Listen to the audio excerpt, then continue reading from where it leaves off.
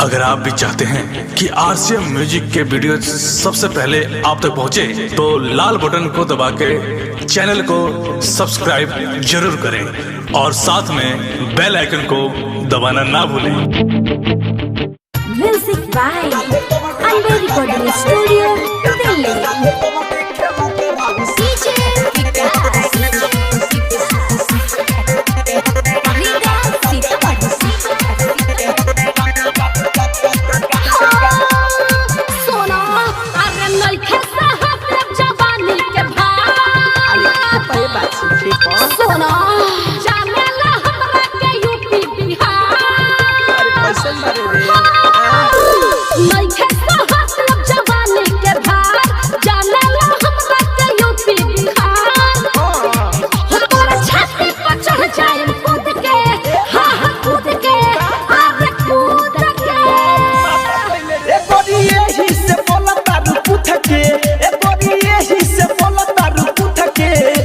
कबड्डी खेलता रहू सुतके काल्हे कबड्डी खेलता रहू सुतके काल्हे कबड्डी खेलता रहू सुतके काल्हे कबड्डी खेलता रहू सुतके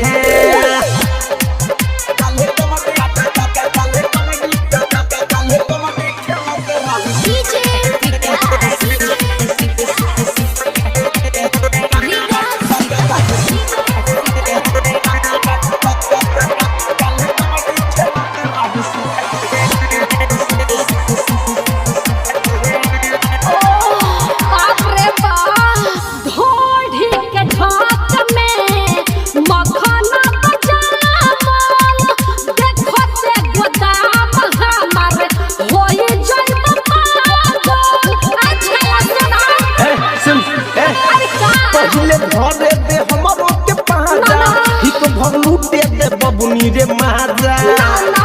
बाबू तोरा तू हो जाई सुख के हां सुख के अरे विशु खोले ए बड़ी यही से बोला तारू पूछ के ए बड़ी यही से बोला तारू पूछ के काल्हे कबड्डी खेलता रहू सुत के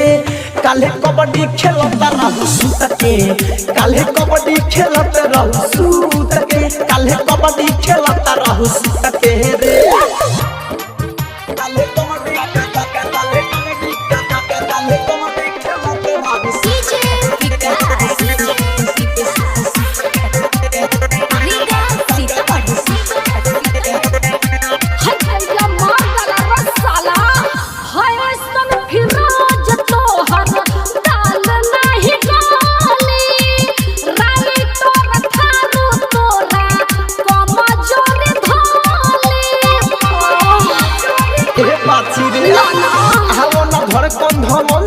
संगम सुनीते काटे दी है ना धीरी बुझाई रे पाछी अनीता से हम पूछ के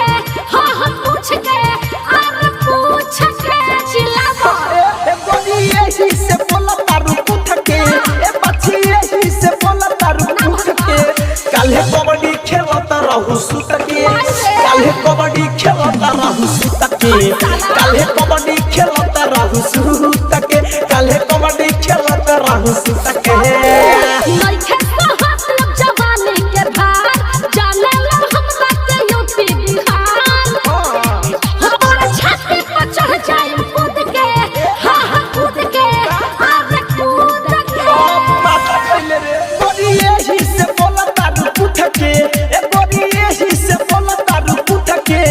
काल्हे कबड्डी खेलता रहू सुत के